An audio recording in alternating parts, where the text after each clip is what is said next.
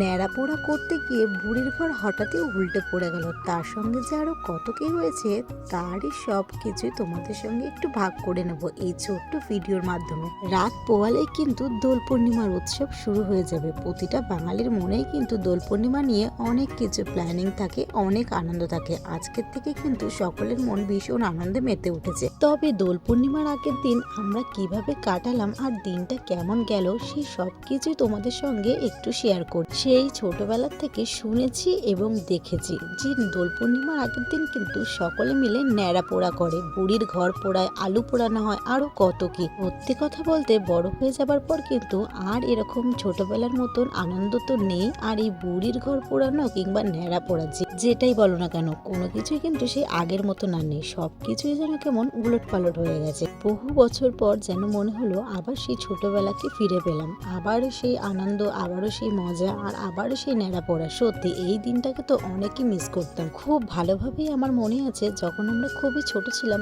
তখন এই ন্যাড়া পোড়া করতাম আর খুবই মজা হতো। কিন্তু সত্যি কথা বলতে অনেক বছর হয়ে গেছে, সেই দিনগুলো কোথায় হারিয়ে গেছে।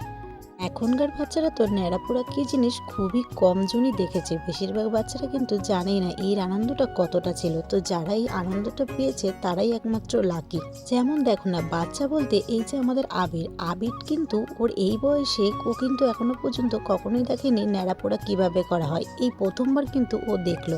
ন্যাড়া পোড়া হবে শুনে আর ও দেখেও কিন্তু ভীষণ আনন্দ পেয়েছে। সেটা তোমরা ওর ফেস দেখে বুঝতেই পারছো কতটা আনন্দ হয়েছে। শুধু ও কেন, আমরা বড়রাও কিন্তু কম আনন্দ হইনি। সকলে মিলেই কিন্তু এখানে ন্যাড়া পোড়ার ঘর সাজাতে ব্যস্ত হয়ে পড়েছে। যেমন দেখো, সব জায়গা থেকে কাঠ কুড়িয়ে আনা, তারপরেই নারকেলের পাতা নিয়ে আসা। এইটাকে সুন্দরভাবে সাজাতে পারলে কিন্তু একদম রেডি হয়ে যায় বুড়ির ঘর। আর ন্যাড়া পোড়ার সঙ্গে সঙ্গে কিন্তু আলু কাবলি তো থাকবে, এটা তো মাছটা। তো সেরকম ভাবে হঠাৎই আমাদের প্ল্যানটা হয়েছে এই ন্যাড়া পোড়া করা। তারপর আমি বললাম ন্যাড়া পোড়া যখন হচ্ছে তাহলে আলু কাবলি কিন্তু হতেই হবে। ব্যাস সেই মতন সবাই রাজি হয়ে গেল। আর একসঙ্গে সবাই থাকলে কিন্তু আনন্দটা বেশ ভালোই হয়। এইদিকে দেখো, দোলের জন্য কত সবাই এক্সাইটেডমেন্ট হয়ে গেছে, কতই কিন্তু মনে আনন্দ।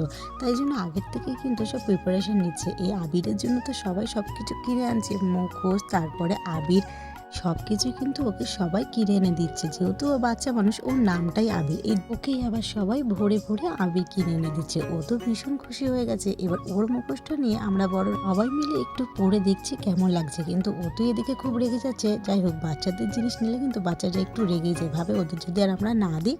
আর এইদিকে দেখো, বুড়ির ঘর পোড়ানো হবে, তার জন্য তো একটা কাকতাড়ুয়াকে দরকার। তাই জন্য কিন্তু কাকি বাড়ি থেকে একটা বড় কালি মাখানো হাঁড়ি নিয়ে গেছে। এবার তার মধ্যেই একটু ছোটখাটো আঁকিবুকি করা হচ্ছে। আমার বোন একটু এঁকেছে, তার সাথে কাকিও এঁকেছে, দুজন মিলে এঁকে দিয়েছে। তো কেমন হয়েছে আঁকাটা তোমরা কিন্তু অবশ্যই জানি। আমার তো মনে হয় সবকিছু ঠিকঠাকই আছে, কারণ কাকতাড়ুয়া তো এরকমই ঠিক দেখতে হয়। বুড়ির ঘর পোড়ানো হয়ে যাবার পর তারপর কিন্তু আমরা সবাই মিলে আলু কাবলি খাবো। তো সেই জন্য সবার কাছ থেকে কিন্তু আলু নিয়ে আসা হয়েছে। তো সবাই তখন যেহেতু বুড়ির ঘর পোড়ানো নিয়ে ব্যস্ত থাকবে, তাই তার আগের থেকে ভাবলাম আলুগুলো সেদ্ধ করে নেওয়া যায়। তো কাকি তো ছাদে চলে এসেছে, কাকি বললো চলো উনুনে ভালো করে আলুগুলো সেদ্ধ করে নি। আর এইদিকে দেখো, কালকে যেহেতু গ্রহণ লাগবে তাই জন্য কাকি আগের থেকে বিকালে কিন্তু তুলসীর পাতা তুলে রেখে দিল। যেহেতু সব খাবারে তুলসীর পাতা দিতে হবে, সেই জন্য কালকে তো আর তোলা যাবে না। কাল যেহেতু গ্রহণটা লাগছে সেই কারণে আজ আগাম তুলে রেখে দেওয়া হলো। আর আজকের পরিবেশটা এত সুন্দর লাগছে কি বলবো, আমার কথা বিশেষ করতে হবে না, তোমরাই জাস্ট খালি দেখো। আমার তো আজকের পরিবেশটা দেখে মনে হচ্ছে যে এই গাছপালা, আকাশ, বাতাস, পাখি, ওরা যেন কিছু বলতে চাইছে। ওদের ভিতরে একটা আলাদাই সৌন্দর্য ফুটে উঠেছে। আমাদের মতন কিন্তু ওরাও বেশ আনন্দে মেতে উঠেছে। আর এখানে সবাই কাজ করছে আর আমি খালি ফটো ভিডিও করতে ব্যস্ত। আমার এগুলোই কাজ, আমাকে কেউ কাজ করতে দিচ্ছে না খালি। তো এখানে দুই কাকি মিলে আলুগুলো ভালো করে ধুয়ে নিল, তারপরে মাঝখান থেকে ফালি করে কেটে নিয়েছে যাতে তাড়াতাড়ি সেদ্ধ হয়ে যায়। তো কাকি এখানে উনুনে আলু সেদ্ধ করতে বসিয়ে দিয়েছে। তার মধ্যে আমি এক ঝলক বুড়ির ঘরটা দেখতে আসলাম।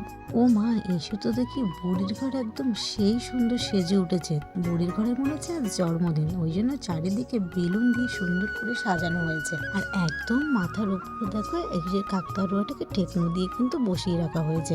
আর এখানে এই যে সিনিকি দেখে বুঝতেই পারছো কতটা আনন্দ, পুরো বাচ্চাদের মতন করছে। কিন্তু সত্যি সবাই মিলে ভীষণ আমরা আজকে মজা করে দিনটা কাটিয়েছি। বুড়ির ঘর পোড়ানোর আগে কিন্তু এখানে সুন্দর করে দেখো পুজো করে নেওয়া হয়েছে। নারকেল, ফল, তিল যা যা লাগে সবকিছু দিয়ে পুজো করে নেওয়ার পর এবার সন্ধে হয়ে এসেছে। আর সন্ধে না হলে না বুড়ির ঘর জ্বালালে ঠিক ভালো লাগে না।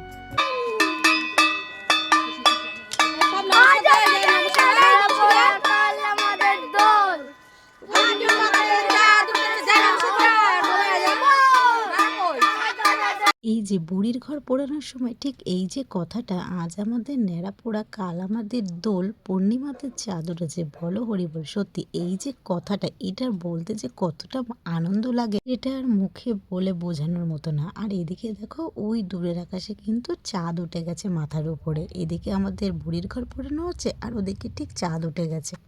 একদম কিন্তু কথাটা কোনো ভুল না, একদম কথার সাথে মিলে গেছে। ন্যাড়া পোড়া হচ্ছে আর পূর্ণিমাতে চাঁদও উঠে গেছে।